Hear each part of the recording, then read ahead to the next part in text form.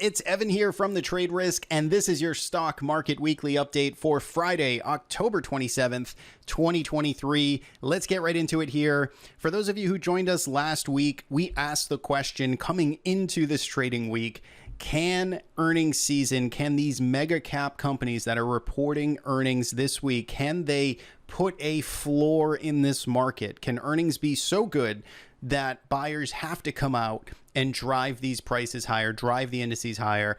And we got the answer this week. Earnings season largely has been pretty decent. I mean, there has been some beats out there. There have been some glass half full stories, but it has not mattered much in terms of reactions. Markets continue to feel heavy here. They continue to sell off, and they're sort of shrugging off a lot of these numbers. So the answer to last week's question is earnings season has not yet, at least, been able to put a floor in this market.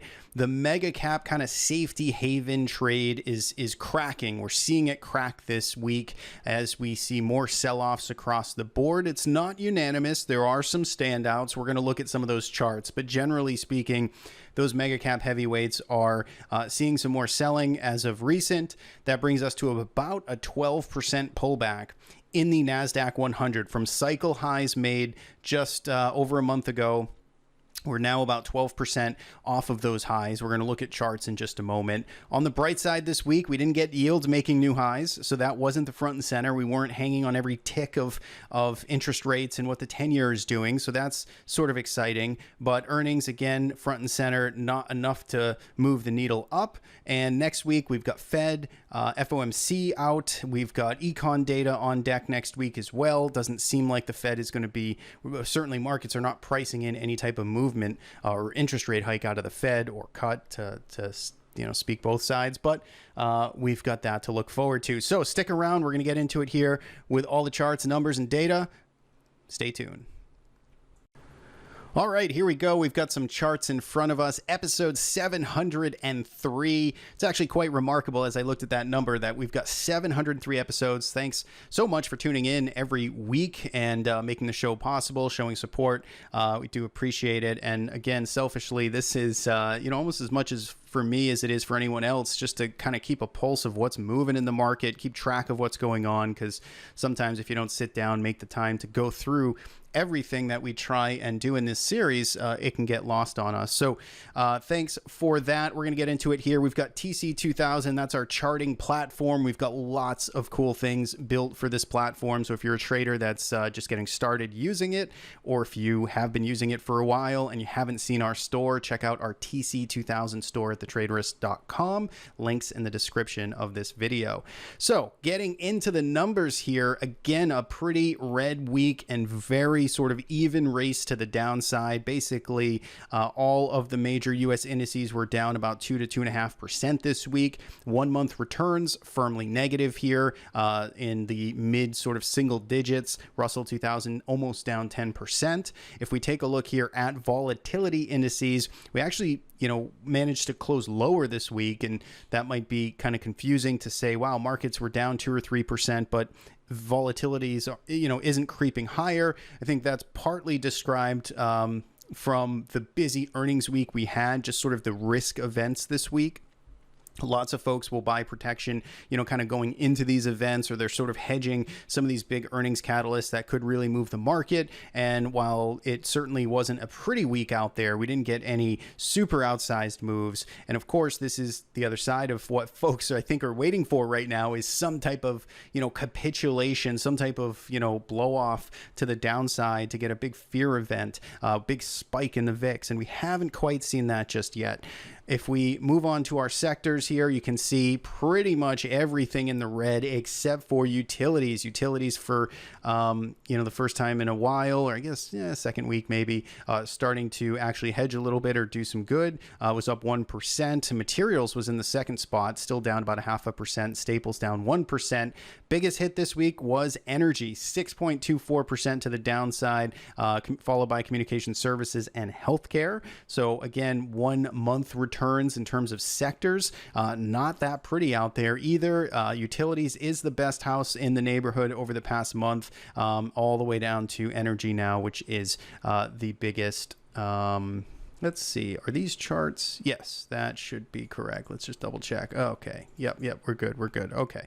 Let's get into sectors here from a trending perspective. You can see not a whole lot of change. In fact, just more kind of pain. This is our custom smart trend filter applied to all of these individual sectors. And you can see that we're getting essentially red dots, and you're seeing the separation. And so when you get the separation in these red dots, that's showing urgency, that's showing momentum is picking up to the downside. So in this case, more bearish behavior being on display here across pretty much all of the indices except for utilities, which is in trying to print and turn around to a bullish signal. These indicators, they're using price and volume across time and a couple of price action relationships, and they help really smooth out the noise. You can get those for TC2000 and TradingView if you use TradingView. Let's take a look at market breadth here. Not much better. If we look on the bottom of our chart here, you can see NYSE number of stocks hitting 52-week lows continues to be in this elevated reading. If we look at the ratio of the percentage of stocks or the number of stocks making 52-week highs versus lows, you're still seeing essentially unanimously 52-week lows kind of encapsulate all of or any of those stocks that are hitting new highs. That continues to be problematic, continues to be sort of bearish momentum under the hood, or essentially saying there's no real bid underneath the hood for markets right now. In fact, it's going lower.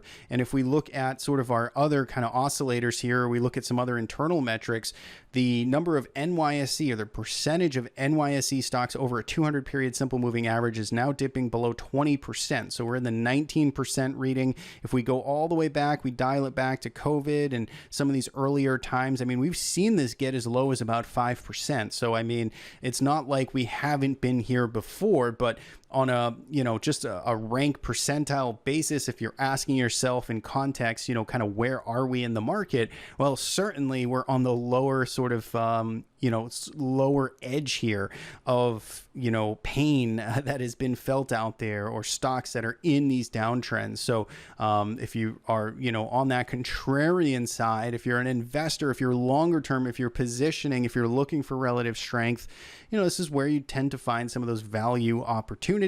And I'm not saying that this market cannot go lower. It's just, when you're in this type of reading, you want to be, in my head, at least looking for those opportunities. You can look at the percentage of stocks over 50 SMA. We're at a 12%.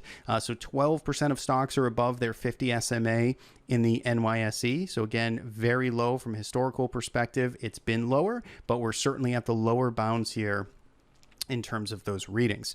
Let's move over to IBD. So shout out to Investors Business Daily. They do sponsor the show. They make the show possible. You can support us, support them with a link in the description to their IBD Digital, which is their top 50 stocks reordered every week. And they moved around quite a bit this week. So I'm actually not familiar. So you've got MNSO here. This is their number one IBD stock. FCNCA is number 2. LRN. Right down this list here, you can see top 3 did quite well this week. Certainly some relative outperformance. Generally speaking here, list is doing pretty good, but check out that link in the description. Get yourself access to their full IBD 50 and a bunch of other tools and resources. Let's move over to commodities here. Natural gas, top of the list, 6%. Copper, also 2.63%. Nice bounce there. Gold continues to work. Ag continues to work. The dollar still getting stronger. So we still get this trade with generally speaking, commodities working, dollar still getting stronger. Oil did take a breather this week, and it's been a little more dicey over the past handful of days. You can see with our smart trend filter, it's kind of in that neutral territory, and lots of kind of cross currents here with certainly natural gas was up, then down, now trying to turn back up again, and right across the list. If we take a look at treasury yields here, again, things were a little more calm and collected. We're going to look at some of these bond ETFs in just a moment here, but for the first time, we weren't talking about new, 20-year highs in some of these yield indices. We saw things kind of consolidate this week. Still, we don't know if the top is in, of course, for interest rates for yields, but we at least had a semi-constructive week this week. All right, let's get into some of the price action here. We'll kick it off with the S&P 500. Here's your big picture, right? This is the big weekly chart. This is the roadmap. For those of you who've been tuning in for quite some time, the same levels that we've seen on these charts for a very long time here. And the real, big sort of slicing action this week was definitively, kind of losing this range down here. So we talked about this last week. We had essentially 4 weeks going sideways, lots of chop, lots of, just up and down, kind of trying to thrash around a little bit around this 4280, 4300 zone. And of course, this week we got the follow through down, which brought us all the way to about 4100 this week. This is where things get a little more dicey. If we go all the way back here, now we have to start extending these levels to the right here in some of these inflection points. And you can see 4100 is just about where we got 4080, 4090. We basically tagged it this week. We spent a lot of time here, if you recall, back in April and May with the market consolidating. And remember, we were trying to break above this range. We got up here in December of 2022. We failed, rolled over. We got back up here in January, February. We failed, rolled over. Then we got back up there in April, May. We consolidated and then broke out and trended higher. Well, here we go now, sort of round tripping, coming all the way back to this area here. So for the short-term levels to pay attention to, 4090, 4080, this kind of low from this week, we are in the zone now where you'd want to see buyers, again, try and hold the line to prevent further damage. If, you're waiting for the good times to return, well, you want to see this level hold, and you really want to get us back over 4200, back over 4280, back into this old range, start turning around this downtrend that we've been in. Right now, that's all speculation. You've got to just kind of hope that happens. The good news is, we've got sentiment, which is pretty bearish right now. We've got a lot of disinterest in the market. We've got, pessimism running a little bit higher here. Of course, geopolitical events aren't helping either. And so, there's been some selling. There's been some get me out of this market action. And we now have approximately almost 10.5, 11% from the cycle highs in July. So we've corrected quite a bit. If you look at where we've come from the 2022 lows, we are still well off of those lows. So from the October low all the way to where we are right now, we're 18% off of the low. We're 11% off of the high. We are, 20% probably from the all-time highs. Oh no, not even 15% from the all-time highs.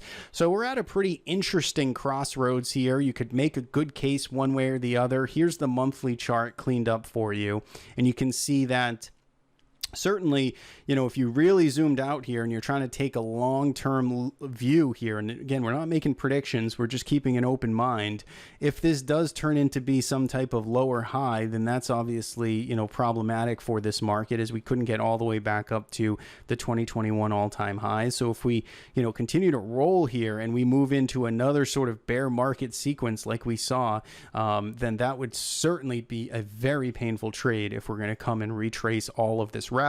Again, that's just, a long-term kind of pie in the sky looking at this. I don't see, per se evidence or expecting that per se to happen. But it's 3 months down. We're breaking some structure. We're coming back into, again, from a monthly chart, you can see where we're kind of coming into this shelf of potential supports where the market struggled to break out for quite some time. You can see this goes all the way back to 2021 time. And so this is a pretty decent area to see the market try and hold. As long, if we start cascading through here, things get a lot more dicey as we start looking at some of those low levels back from last year. So that's kind of how we're looking. Last comment I wanted to make here was the Bollinger Band situation going on here. Again, this speaks to just where you are relative, and you can see, again, there's some pain out there and there's some urgency to the downside. You've got Bollinger Bands now that are widening out and expanding,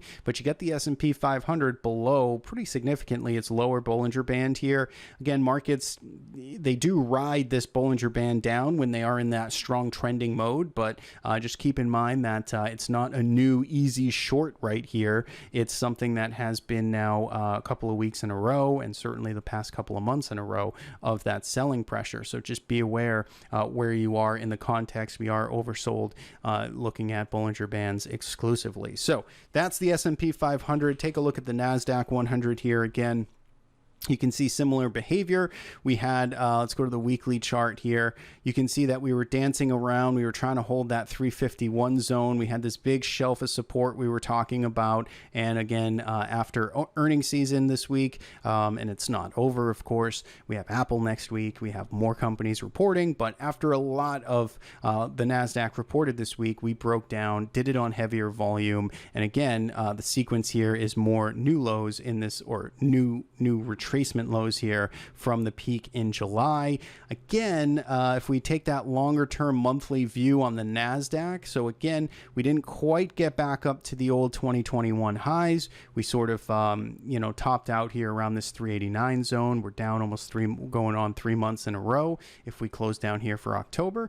And we are still, in the NASDAQ sense, well off of the highs back here from last year. We are approximately 35% from the lows, and we are approximately 12% from the highs. So that just gives you that context of where we are. To get this momentum back in here, I want to see this market back over, 355 or so. If we can, find support down here next week, if we can rebound and get back over 355, you've got some interesting opportunities. But so far, that's, again, wishful thinking at this point. Russell 2000 is the big story this week, though, because this, on a monthly chart, let's take a look at it here. This is where we are seeing continued weakness now, heavy volume already setting up. The month isn't over, it's a monthly chart right now, but we've got new lows pressed here this Friday down to 161.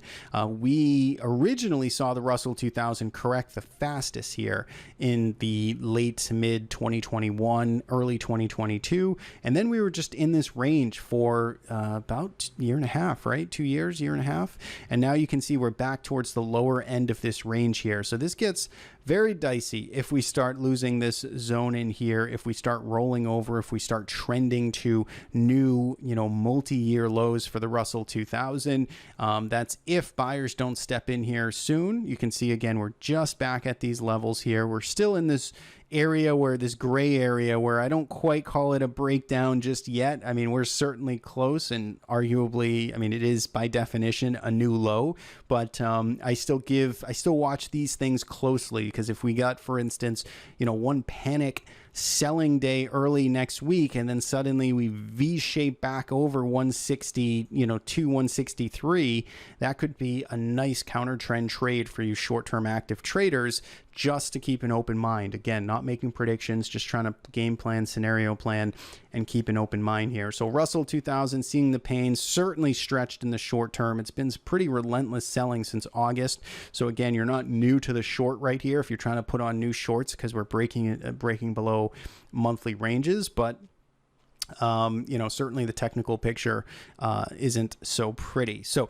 that's the landscape right now. Market's beaten down, sentiment kind of in the dumps right here. We are oversold on lots of different metrics, but that in itself is typically not a buy signal. Let's get into some other things going on here. Let's go to Treasury. Let's start with volatility. So we talked briefly about volatility, how it did manage to, basically fall this week by about half a point here for the VIX. It is still over 20, but it's not surging yet. And I think that's what some folks are waiting for right now. We're not seeing that panic, oh shit, get me out of this moment type of trading yet. We're still, maybe that's early next week. Maybe we're on the cusp of it right now, but we haven't quite seen the super big exodus here.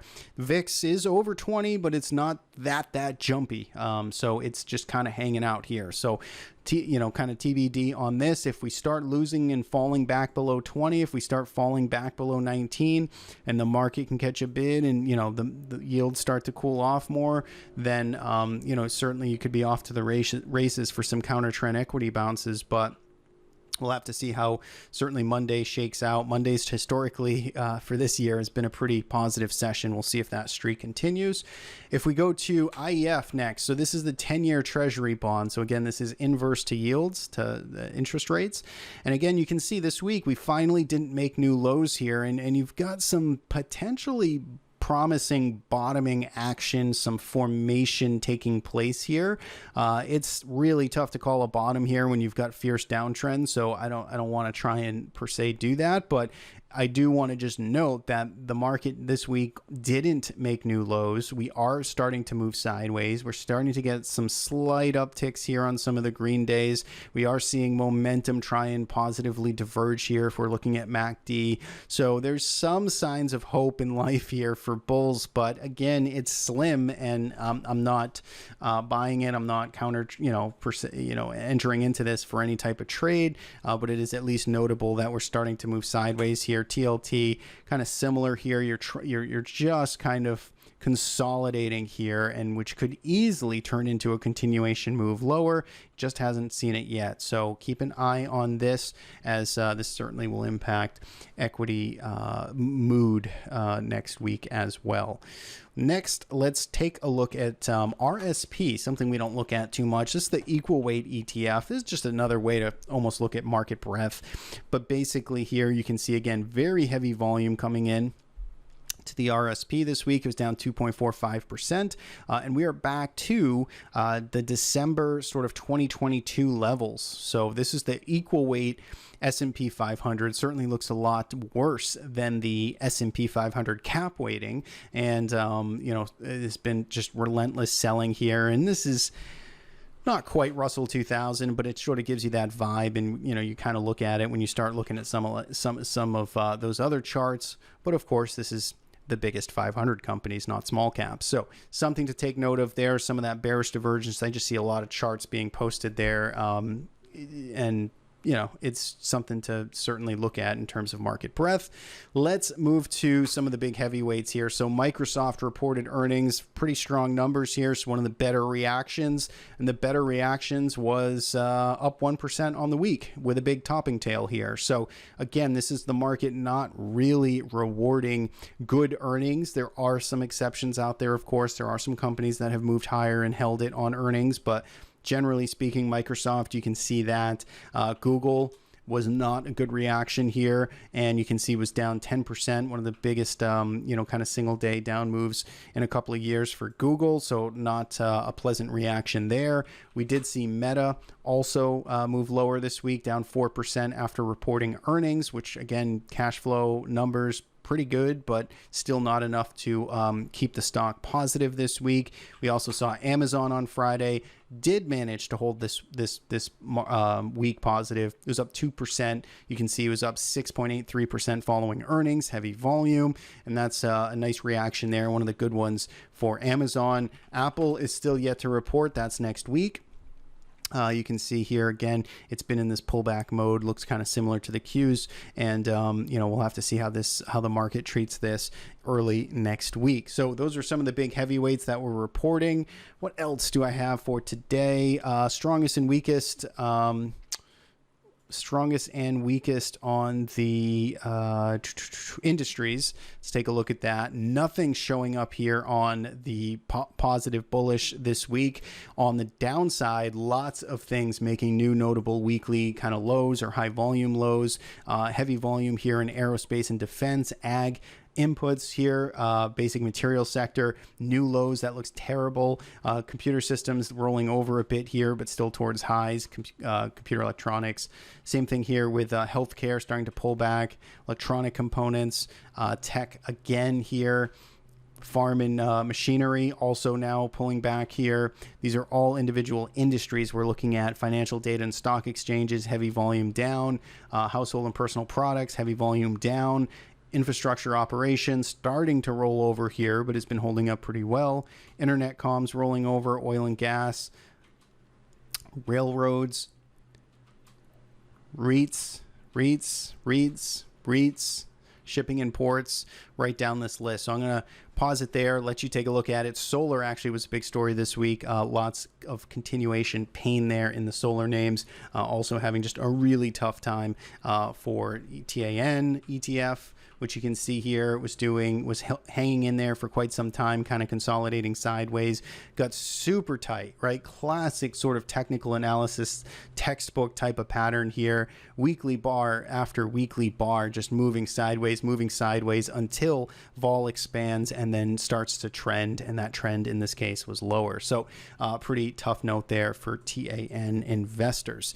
So that's what I've got. What are your thoughts? Leave a comment below. Would love to hear them. What are you watching this weekend? Looking at any opportunities? You starting to see some value, or are you staying away from this market and being cautious into year end? Let me know your thoughts in the comments section below. Once again, I want to thank you for tuning in. Every Friday, we do our long form market analysis sort of overview, try and keep it as objective as possible. Hopefully you enjoyed. Don't forget to check out the links in the description of the video. Have a great weekend. We'll see you back here next week.